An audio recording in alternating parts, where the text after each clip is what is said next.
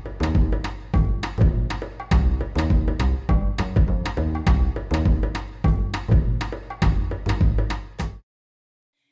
Terje! Sinu teemaks oli vastupidavus ja ühiskond ja just siis mõeldes Ukrainale ja võttes arvesse siis tänapäevast olukorda, et sõda ju käib, aga kuidas leida tasakaalu siis just oma igapäevaelu ja selle sõja vahel, et oma elu peab ju ikkagi kuidagi edasi elama. Tere ka minu poolt ja tõesti oli hea võimalus päris mitme inimese pilgul läbi seda meie seal sessiooni peal näidata, aga ma olen nüüd tõesti ka kõik need alates 2014. aastast tegelikult selle teemaga ju kokku puutunud, aga ütleme, et esimene laietus ei tulnud ikkagi meile päriselt kohale, nii nagu praegu, siis olles läbi elanud päris mitu erinevat faasi ka ise oma perega, oma lähikonnaga, nii-öelda peegeldada siis kogu seda ühiskonda, et alguses on selline tohutu äng ja hirm, eks ole, sest kõik, mis see tuleb laviinina peale, sa ei ole selleks valmis, siis sa saad aru, et ega see ei hakka muutuma, see surve, mis sealt tuleb, et sa pead ise kuidagi tasakaalus olema, siis hakkad sa ikkagi märkama mingi hetk, et inimesed sinu ümber on samamoodi hädas oma emotsioonide, oma tunnetega ja hästi paljud ka nagu sooviga midagi teha, aga kuidas teha ja mis suunas joosta,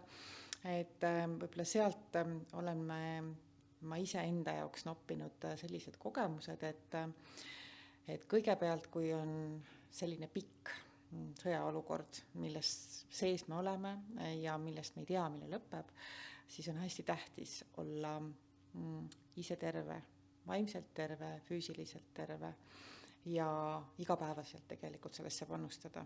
Et tõesti olla küll uudistega kursis, aga mitte üle liiga palju seda tarbida, kindlasti liikuda ja järgmisena vaadata oma ümber, ehk siis kes on sinu lähedal, kuidas sa nendes inimestega suhtled, kuidas sina saad panustada, et see suhe oleks parem.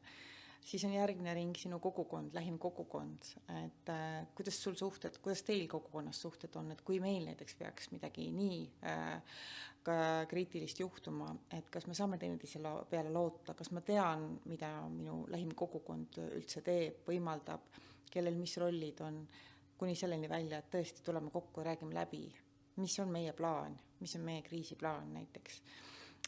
Ja siis juba edasi muidugi kaugemale, et siin Eesti piires, mida siis mina konkreetselt saan teha, et ei pea ju kõik jooksma iga päev kuskile kedagi aitama, küll aga näiteks kui ma nädalas võib-olla kellegiga suhtlen, sest mida ma praegu olen, ma nõustaja, mentor Ukraina sõjapõgenikele siin Eestis, kes on kohanemisprogrammis, ehk siis nad kohanevad, kuidas siis Eesti riik neid toetab, aitab, siis ma näen, et neil oleks väga abiks, kui neil oleks vabatahtlikud selles mõttes, nagu Eesti kohalikud vabatahtlikud, kellega lihtsalt suhelda. Kellega kõige lihtsamaid asju küsida, et soovitused umbes, et mis poest võiks mida osta, kuhu ma lastega võiksin vaba aega veetma minna. Et jah, mul on see koht, lasteaia koht küll olemas, et sellised lihtsad inimlikud asjad, et kui oleks selline vabatahtlike sõprade ringkond, siis oleks palju lihtsam neil siin kohaneda ja ma arvan, et meil endal ka inimestel oleks nagu see, nii-öelda see südarahul, see tunne, eks ole, et ma olen saanud midagi päriselt nagu ära teha nende inimeste jaoks.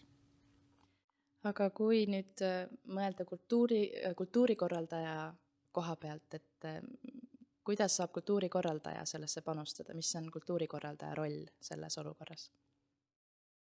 Kultuurikorraldaja roll on ikka teha selliseid sündmusi, mis toovad inimesed kokku ja pakkuda tunnet, et me oleme koos ja sellel koos olemisel on nagu, ikkagi nagu positiivne väärtus. Seda võib teha ka nii, et me koos nutame, sest need laulud on ilusad või need lood on valusad, mida jagatakse.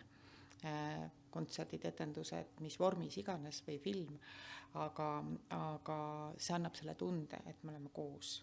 Ja võib-olla siis vestlustes või omavahelistes vestlustes nagu mõelda, et kuidas saaks paremini või nii edasi. Selles suhtes on kultuurikorraldaja roll väga lihtne jätkata oma tegevust. Hästi. Ja nüüd võib-olla natukene teises võtmes küsimus. Noh, võttes see küll arvesse tänapäeva, aga mida sa ütleksid oma 20-aastasele minale praeguses hetkes? Et see ongi see riik, millest ma unistasin, kus ma praegu elan. Mina olin 20-aastane 91. aastal, siis kui Eesti sai taas vabaks. Ja olin 16-aastasest peale kõikide nende laulva revolutsiooni sündmuste raames. Ja siis tuli see vabadus. Ehk siis ma võin öelda talle, et see ongi see riik, milles ma tahtsin elada. Ma olen selles elanud.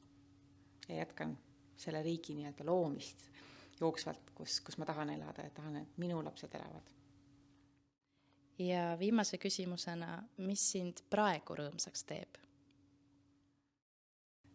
Täna teeb rõõmsaks see, et on olemas selline kultuurikorraldajate sügiskool, et on noored inimesed, kellel see korda läheb, kes tulevad vabast päevast, et kaasa mõelda. Tõesti teeb rõõmsaks. Aitäh vastamast!